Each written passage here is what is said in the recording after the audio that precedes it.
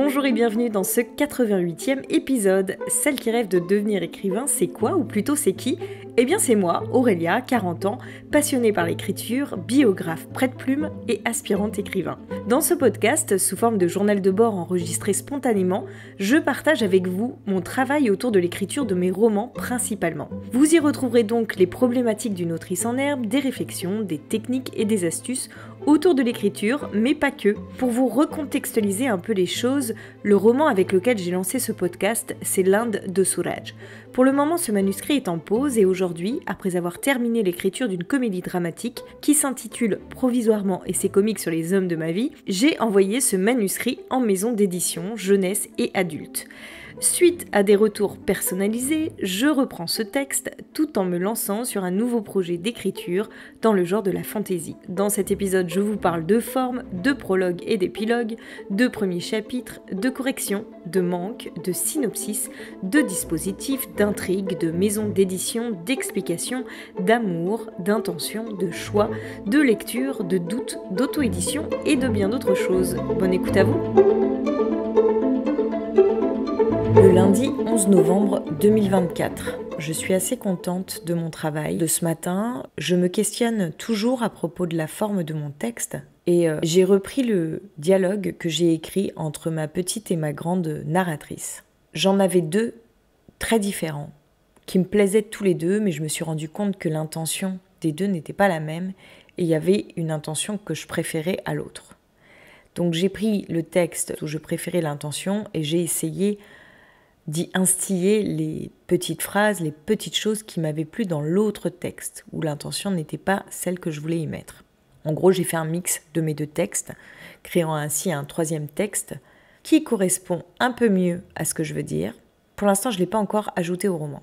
Je réfléchis dessus, je ne sais pas si ça pourrait être qu'un prologue tout seul, ou alors un prologue et un épilogue, ou alors, troisième possibilité, que ce dialogue entre mes deux narratrices se retrouve en pointillé dans tout le texte. Il pourrait y avoir plusieurs moments où elles discutent ensemble. J'ai fait aussi une tentative d'épilogue avec ce même dispositif. J'ai senti que je touchais quelque chose, mais pour l'instant c'est très ténu et je pense qu'il faudrait d'abord que je relise tout mon texte avant de retravailler cet épilogue, parce que ça fait un moment quand même que je n'ai pas replongé dans l'intégralité de mon texte et je pense pour être au plus juste avec cet épilogue, il faudrait vraiment que j'ai toute mon histoire bien en tête. Donc pour l'instant, je ne suis pas encore prête à relire tout mon texte. Donc j'ai mis ça de côté, je laisse reposer quelques jours et je suis partie pour retravailler mon premier chapitre, sur lequel je travaille depuis déjà quelques jours maintenant. Je pensais avoir enregistré la dernière version que j'avais écrite, mais en fait j'ai que le début de l'enregistrement. Donc finalement j'ai écouté mon texte avec le mode lecture à voix haute de mon logiciel de traitement de texte et ça m'a permis de corriger encore de nouvelles choses. Et en fait je me dis tant que je trouverai des trucs à corriger qui améliorent mon texte, je ne vais pas remplacer mon ancien chapitre par cette nouvelle version. J'attends d'arriver à un stade où j'ai quasiment plus rien à corriger, où je pense détenir la forme définitive. Dans le sens que j'aimerais arriver à un stade où je ne vois plus ce qui peut être amélioré, où toutes les améliorations que je fais abîment mon texte. Je pense que je serais capable de m'en rendre compte. Je sens bien quand je vais pas dans la bonne direction. Donc, si jamais je commence à faire des modifs qui n'apportent rien, j'arrêterai à ce moment-là. Mais la question que je me pose là aujourd'hui, c'est que est-ce qu'à un moment, je ne trouverai plus rien à corriger ? Parce que moi, j'ai l'impression que ce travail, je pourrais le continuer à l'infini. Je pourrais travailler limite toute ma vie sur un seul chapitre. Bon, à ce rythme-là, je suis pas prête de publier. Je suis même pas prête de terminer un roman. Donc ça, je sais pas. Je teste. Je sais pas combien de temps je vais tester. Peut-être qu'à un moment, je vais finir par me lasser. Là, ce qui fait que je me lasse pas, c'est que je ne travaille qu'un jour sur deux. Sur l'essai comique. Même là, ça fait quelques jours que j'ai pas travaillé dessus. La dernière fois, c'était le 7 novembre.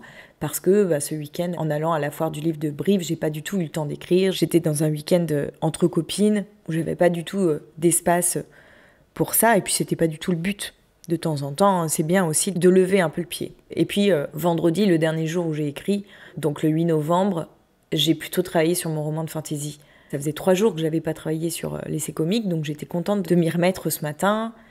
Et le fait de créer comme ça ce manque d'un jour sur l'autre, me permet de reprendre ce texte avec plaisir. Donc je suis pas sûre de me lasser de l'exercice que je suis en train de faire en ce moment, de retravailler mon premier chapitre inlassablement. J'aimerais limite faire ça sur tous mes chapitres. Et puis, comme je l'ai déjà envoyé en maison d'édition, je fais ça en attendant les retours. Et je me dis que si à un moment, il y a un éditeur qui a envie de travailler avec moi, eh ben, j'aurai avancé. D'ailleurs, ce week-end aussi, j'ai eu l'occasion de parler avec une des éditrices de Charleston. Et c'est bien ce qui me semblait. Elle-même m'a conseillé de plutôt envoyer mon texte à cette maison d'édition dans le cadre de leur concours autour de l'héroïne romantique, plutôt que par l'envoi classique des manuscrits. Donc c'est ce que je vais faire.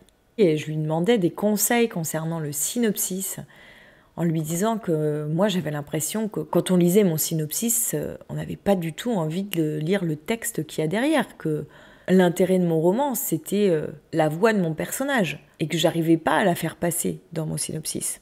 Elle savait pas trop quoi me conseiller là-dessus, parce que même quand je lui en ai parlé, elle me disait qu'en effet, si c'était une ado de 13 ans, c'était peut-être plus un livre jeunesse. Ce matin aussi, en réfléchissant autour du dispositif de mon livre, pour savoir comment capter l'attention d'un lecteur adulte, je me suis souvenue, encore une fois, du dispositif de l'amie prodigieuse et j'ai replongé dedans pour me le remettre en tête. J'avais un peu oublié. Je me souvenais que ça commençait quand la narratrice et sa meilleure amie avaient aux alentours d'une 60aine d'années, mais je me souvenais plus précisément ce qui me passait. D'ailleurs, je pensais que c'était par rapport au fils qui avait disparu, mais en fait non, c'est Lila, donc la meilleure amie, qui a disparu. C'est comme ça que ça commence. Lila disparaît et Elena, qui est la narratrice, se questionne sur cette disparition et c'est cette disparition qui provoque l'écriture de ce livre. Puisque Lila veut faire disparaître toute trace, Elena va écrire cette amie. Et au début, on ne sait pas trop la relation qu'entretiennent ces deux femmes. On ne sait pas trop quel est leur passif, on sent que c'est complexe. On ne comprend pas trop aussi l'animosité d'Elena vis-à-vis du fils. Et ce personnage qui disparaît, Lila, est très intrigant. Le démarrage du livre pose énormément de questions. Et moi, je me souviens très bien que tout au long de ma lecture, je me suis demandé qu'est-ce qui faisait que Lila avait disparu, qu'est-ce qui l'amenait à disparaître et comment elle disparaissait. Et en fait, c'est ce côté intriguant qui m'a engagée dans la lecture et qui m'a donné envie d'en savoir plus sur ce personnage et cette histoire. Et je me dis qu'il faudrait que je fasse quelque chose comme ça avec l'essai comique. Créer le mystère, créer de l'intrigue, sous-entendre qu'il va se passer des choses mais sans expliquer quoi, et qu'on comprenne dès les premiers mots, dès cette entrée en matière, avec un certain dispositif, pourquoi j'ai écrit ce texte et qu'est-ce qu'il peut apporter à un lecteur adulte. En tous les cas, lui laisser entendre, sans lui donner une réponse trop explicite. Parce que pour le moment, ce qui me perturbe dans ce que j'écris, c'est que ça ressemble beaucoup à de l'explication de texte, et j'ai pas envie de ça. Et d'un autre côté, je me rappelle quand j'étais en philo en terminale, mon principal défaut, c'était que quand je développais une idée, je tournais autour du pot, mais je n'allais jamais à l'essentiel. Comme si j'avais pas besoin d'aller à l'essentiel, que le lecteur, ou l'examinateur, ou le professeur allait faire lui-même la déduction que moi je lui soumettais. J'arrive pas à donner mes clés de lecture parce que pour moi c'est évident. Soit je prends trop mon lecteur par la main, ou je veux tout lui expliquer par A plus B pour être sûr qu'il comprenne bien, soit je lui donne pas l'explication, ce qui fait qu'il est perdu. J'ai vraiment du mal à trouver le juste équilibre. Le mercredi 13 novembre 2024, je me faisais la réflexion ce matin que depuis que j'ai reçu les premiers retours de maisons d'édition, ça m'oblige à me poser de vraies questions sur mon texte l'essai comique. Ce qui est important à mon avis pour convaincre une maison d'édition, c'est que l'intention de notre texte soit très claire. Que l'éditeur n'ait pas tenté de décrypter mais qu'est-ce qu'elle a voulu dire ? Et moi je me rends compte que c'est pas si évident que ça. Hier j'ai eu un rendez-vous avec l'une de mes relectrices et je lui ai lu le prologue que j'ai écrit, ce dialogue entre ma petite et ma grande Apolline. Et pour elle, ça a exposé de façon beaucoup plus claire mon intention. Ce qui me gêne toujours avec ce prologue, même s'il a un côté intriguant, c'est qu'il n'est pas du tout mis en scène. Alors même si c'est pas une explication de texte dans un bloc, ça reste quand même assez explicatif. Et le roman, c'est pas ça. Là, par exemple, je suis en train de lire Les Guerriers de l'hiver d'Olivier Norek. J'ai entendu de nombreuses interviews de lui où il parlait de ce texte, où il expliquait comment il avait fait ses recherches et où il dit que rien n'est inventé. Alors je me demande, en le lisant, à quel point rien n'est inventé tant c'est romanesque. Mais à mon avis, tout le talent de l'auteur, il est là. C'est-à-dire qu'en lisant des documents officiels, peut-être des rapports, des textes, à mon avis, pas très agréables à lire, il arrive à trouver l'essence à remettre dans son roman. Chaque scène a une intention très claire.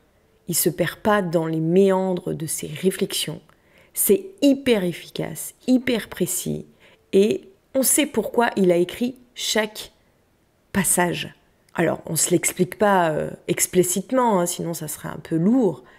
Mais c'est ce qui donne l'impression qu'on avance dans le récit, alors qu'il n'y a pas un vrai personnage principal. C'est plein de personnages, c'est un regard omniscient. Moi, je me suis toujours demandé comment c'était possible d'happer un lecteur à travers un point de vue omniscient. Eh bien, lui, il le fait très bien. C'est comme si le personnage principal de son roman, c'était la guerre. La guerre, c'est pas personnifié. Comment on peut avoir de l'empathie avec la guerre? Et pourtant, on est dedans. Il arrive à rendre vivants des documents qui, à mon avis, quand il les a lus, n'étaient pas tellement vivants. Si je lisais un document sur une stratégie de bataille, mais ça m'endormirait. Là, il arrive à parler de la stratégie militaire de façon romanesque. Il arrive à mettre en scène la guerre, tout en respectant a priori le déroulement des faits. C'est ça qui est assez incroyable. Et pour en revenir à mon prologue, si je place ce dialogue entre mes deux narratrices, ça peut être intéressant, ceci dit, parce que même s'il n'y a pas de mise en situation, le fait qu'il y ait un dialogue, c'est déjà une petite mise en scène. En tous les cas, en lisant ce dialogue à ma relectrice, pour elle, ça donnait vraiment des clés qu'elle n'avait pas forcément vues dans mon texte et qui orienteraient la lecture d'une certaine façon, alors que jusqu'à présent, elle n'avait pas du tout ce regard-là sur mon texte. C'est vrai que moi, j'ai plus eu l'impression qu'elle l'avait lu comme une Madeleine de Proust, qui lui a rappelé sa propre jeunesse, parce qu'elle a été adolescente à la même époque que moi. Mais en fait, ce texte, je l'ai écrit, et ça, je réalise seulement aujourd'hui, en réfléchissant, en fait, autour de ces questions-là. C'est ça qui est fou, quoi. Je l'ai écrit en rapport avec aujourd'hui. Je sais que moi, le mouvement MeToo m'a profondément influencée. Et c'est avec ce regard-là que j'ai envie de refaire tout mon parcours amoureux. Et ça, il faut que je le dise. En fait, mon projet, c'est de décrypter l'amour.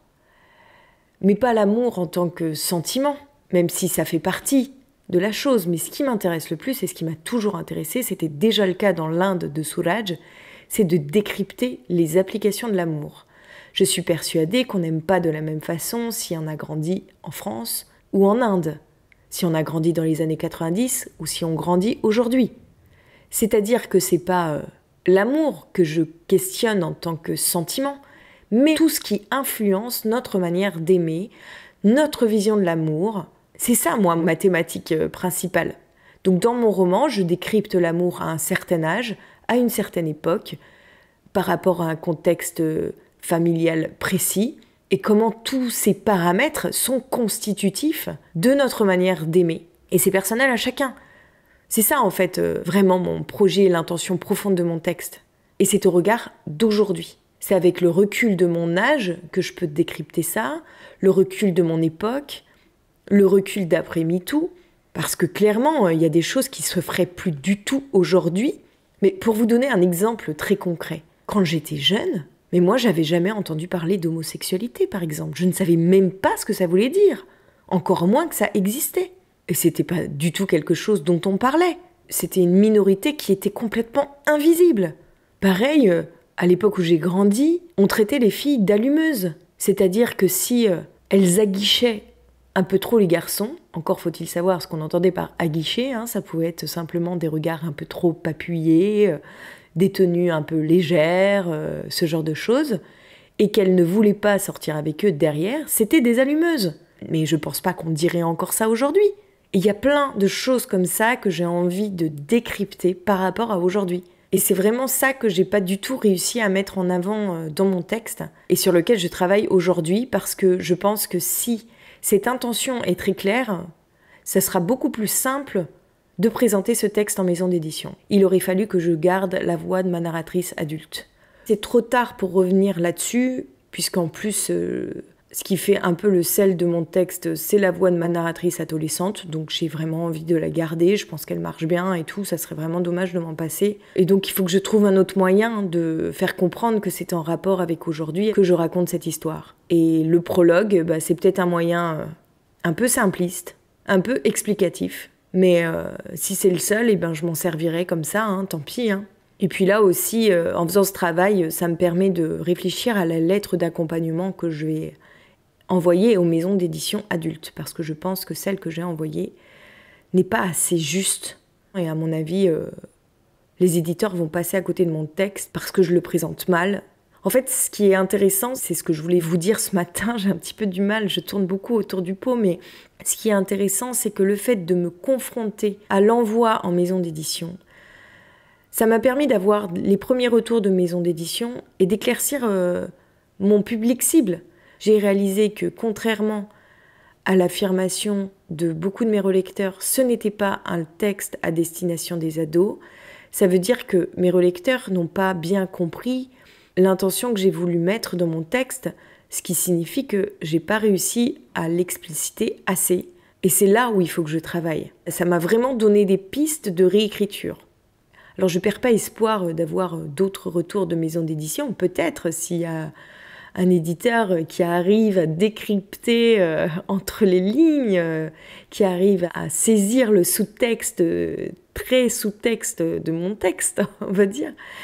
Mais pour être tout à fait réaliste, je pense que c'est un peu utopiste de croire qu'un éditeur va réussir à lire entre les lignes, parce que je pense qu'en effet, c'est beaucoup trop implicite dans mon roman tel qu'il est aujourd'hui.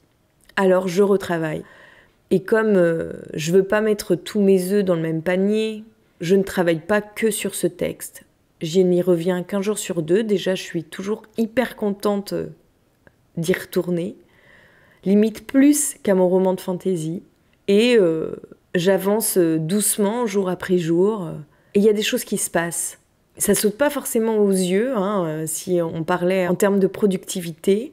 Mais j'avance dans la bonne direction. Et le but, ça serait d'être prête à réenvoyer ce manuscrit dans de nouvelles maisons d'édition à partir de janvier-février, une fois que j'aurai bien éclairci tout cela. Ce qui me fait quand même halluciner, c'est la difficulté que j'ai à m'expliquer mon texte et mon intention. C'est fou. Et tant que je ne me l'expliquerai pas à moi clairement, j'ai l'impression que j'aurai quand même du mal à l'expliquer à des lecteurs, à la mettre en avant dans mon roman. Ouais, c'était une question que je posais dans un de mes podcasts ces derniers mois, c'est est-ce qu'on peut écrire quand on est flou? Là, on est au cœur du problème. J'ai pas les idées très claires, donc j'ai du mal à écrire un texte clair.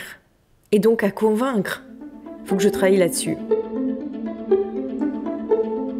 Le jeudi 14 novembre 2024. Ce matin, je reprends mon roman de fantaisie. Je suis complètement perdue. J'ai relu à peu près tous mes documents, pas tous dans le détail, mais c'est le bazar, quoi. Il y en a de partout. J'ai l'impression que mon univers est extrêmement bancal. Je crois qu'il va falloir que je prenne des cours, entre guillemets, pour apprendre à construire un univers qui se tienne. Parce que là, je ne sais plus dans quel sens aller, je ne sais plus comment ordonner mes documents, et même le texte à l'intérieur de mes documents. Et puis c'est pas ce qui m'amuse le plus non plus. En fait, je suis tout le temps en train d'hésiter. Est-ce que je fais ça ou pas? Et donc mes hésitations, je ne sais pas où les noter, je ne sais pas comment les déterminer, mais je sais qu'il s'agit que de ça. Lorsqu'on crée un univers, c'est qu'il faut faire des choix et s'y tenir. Si on n'arrête pas de tergiverser au moindre choix, mais on n'avance pas. Et c'est un petit peu mon problème. Donc je pense là que je vais reprendre mon intrigue. Je vais commencer à relire ce que j'avais écrit, parce que là, il est temps que je replonge dans l'histoire et j'essaierai d'éclaircir et d'ordonner mes différents documents au fur et à mesure, parce que faire que ça me gonfle un peu. Je me rends compte aussi qu'en ce moment, j'ai moins envie de travailler sur mon roman de fantaisie, parce que ce ne sont pas mes lectures. Là, je lis Les Guerriers de l'hiver d'Olivier Norek, Donc il y a un roman historique qui parle de la guerre entre la Finlande et la Russie en 1939. D'ailleurs, je ne pensais pas que ce genre de bouquin pouvait me plaire, mais il se trouve que j'adhère complètement. Il faut dire aussi que l'auteur a un sens de l'intrigue assez exceptionnel. À côté, je lis La Maison d'Emma Becker. Le livre fait suite à son expérience de prostituée lorsqu'elle était en Allemagne dans une maison close. Pour en revenir à ce que je disais, c'est qu'en ce moment, je ne lis pas de littérature de l'imaginaire, ce qui fait que j'ai un petit peu du mal à être inspirée pour mon propre livre. J'avais prévu de m'y remettre, mais la foire du livre est venue chambouler mon programme de lecture. Donc voilà, j'espère qu'une fois que j'aurai terminé les livres que j'ai achetés là-bas, je pourrai m'y mettre parce que ça va être compliqué de travailler sur un roman de fantasy sans lire dans ce genre-là à côté. Enfin, je sais pas, moi j'ai besoin que mes lectures du moment soient en lien avec ce que j'écris. Parce que là, ça me semble un peu vain ce que je suis en train de faire. Je vois pas trop l'intérêt de ce texte, de nouveau. Par rapport au sens que je donne à l'essai comique, mon roman de fantasy me paraît un peu léger. Mais je pense que c'est vraiment lié au fait que c'est parce que je suis pas dans l'histoire là. Je suis en train de construire mon univers et le sens de mon texte, le sens de mon histoire a un peu disparu dans la construction de mon univers. Donc il est temps que je me remette à l'histoire. Le vendredi 15 novembre 2024. Je pensais l'époque où je déprimais à cause de ma séance matinale d'écriture révolue, mais en fait pas du tout. Ces derniers temps, je me suis rendu compte que lorsque je travaillais sur mon roman de fantasy, je passais une très mauvaise journée derrière, et lorsque je reprenais l'essai comique, c'était tout l'inverse. Donc je me dis qu'il y a peut-être un lien, c'est-à-dire que avec mon roman de fantasy, je commence un nouveau projet où tout est à refaire, et pour l'instant, je ne suis pas aussi liée à ce texte que je le suis à l'essai comique, alors qu'à l'essai comique, j'arrive au bout, j'ai déjà quelque chose de qualité, donc je suis beaucoup plus rassurée de travailler sur ce projet, qui a beaucoup plus de chances d'aboutir que mon roman de fantasy. J'ai beau savoir que c'est le démarrage, que tout est à faire, que c'est normal que ce texte pour l'instant ne ressemble à rien, ça me démoralise quand même. Parce que je ne sais pas si je vais être capable d'aller jusqu'au bout. Bon, a priori, ce doute nous poursuit tout au long de la vie quand on est auteur, qu'on est publié ou pas. Parce que bon, moi j'ai quand même le sentiment que le fait de ne pas être publié, le fait qu'il n'y ait aucune maison d'édition qui s'intéresse à ce que je fais, c'est ce qui fait que je suis si pleine de doutes. Mais a priori, même quand on a publié, c'est toujours le cas. Donc bon, va falloir que j'apprenne à vivre avec ces doutes. Hier, j'ai eu une conversation avec l'autre de mes relectrices. Ça m'a permis de réfléchir à nouveau à l'intention de l'essai comique, savoir ce qu'elle en avait perçu. Elle m'a dit qu'elle avait beaucoup aimé l'humour, l'époque à laquelle se déroulait ce texte, et aussi les histoires d'amour d'Apolline en rapport avec ses histoires familiales. Pour elle, l'influence de MeToo ne se sent pas du tout dans mon texte, donc il faut quand même que je me rende à l'évidence. Si elle est la deuxième à me dire ça, c'est qu'en effet, c'est pas très évident. Et pourtant, c'est quelqu'un qui n'aime pas lire des choses trop explicites, qui aime les textes qui font travailler le lecteur. Je pense qu'en effet, explicitement, MeToo n'est pas dans mon texte. Mais clairement, je ne peux pas faire abstraction de la nouvelle vision de l'amour. Je ne peux pas faire abstraction de mon époque, de l'époque actuelle. Donc ça infuse dans tout le texte, même si c'est pas de façon explicite ni de façon évidente. Je lui ai envoyé mon prologue, celui que je vais peut-être ajouter à mon texte, mais il me semble que si j'ajoute un prologue, il faut que j'ajoute un épilogue, peut-être même que je remplace ma dernière scène par une sorte d'épilogue qui reprend le prologue de départ. Je me demande aussi si cette conversation entre mes deux narratrices ne pourrait pas se distiller tout au long du texte, mais de façon ténue, en pointillé. Je vais voir déjà ce qu'elle en pense. Et puis j'ai réécrit un autre texte aussi qui peut-être présenterait mieux mon roman en maison d'édition, parce que je pense clairement que ma lettre d'intention me dessert. Mais elle, c'est ce qu'elle me disait hier. Elle me disait que c'était pas ça quand même qui déterminait la sélection d'un manuscrit. C'était la qualité du texte qu'il y avait derrière. Mais moi, j'ai peur qu'un un éditeur adulte ne discerne pas mon intention et ne comprenne pas pourquoi je me suis adressée à lui avec ce texte. Enfin, il va pas aller creuser mon propos pour savoir ce que j'ai voulu dire, pour me dire « Ah oui, c'est intéressant ». Si je lui présente mal et qu'en plus ça n'apparaît pas dans mon roman, il va pas pouvoir faire la déduction de lui-même. Alors certes, c'est pas la présentation qui va déterminer leur choix, mais la présentation peut quand même aider à comprendre ce que j'ai voulu dire, ce que j'ai voulu faire. Donc soit ça les intéresse, soit ça les intéresse pas. Et je pense que mon texte est quand même arrivé à un stade bien abouti pour que le travail qui reste à faire avec un éditeur ne soit pas trop immense. Je suis hyper frustrée de ne pas trouver de place en maison d'édition. Alors il y a plein de personnes d'entre vous qui m'envoient des messages, surtout sur YouTube, pour me dire oui, mais il y a l'auto-édition et tout. Alors c'est sûr que l'auto-édition existe, mais j'ai quand même le sentiment qu'elle est plus appropriée pour la littérature de genre, notamment la fantasy ou la romance, qu'elle est beaucoup moins utilisée dans le cadre de la littérature blanche. Ça, c'est le premier point. Ensuite, publier un texte en auto-édition, ça demande énormément de travail autour de l'écriture. En gros, l'écriture ne représente plus que 50% du travail. Tout le reste, c'est de la communication. C'est faire appel à une équipe pour bien s'entourer, avec un graphiste qui réalise une belle couverture qui va donner envie de lire son livre. Faire appel à un correcteur, relecteur pour l'orthographe. Il y a encore énormément de travail. Vous voyez, j'arrive même pas à le répertorier ici parce que je suis pas sûre de bien connaître tout ce qu'il faut faire. Il faudrait également, je pense, pour ne pas trop me planter, que je fasse une formation pour savoir comment auto-éditer mon texte. Et puis moi, ce que j'aimerais, c'est quand même qu'il y ait un travail éditorial avec une personne professionnelle. Donc ça rajoute des coûts pour un travail en auto-édition. Sachant que derrière, faut arriver à le vendre.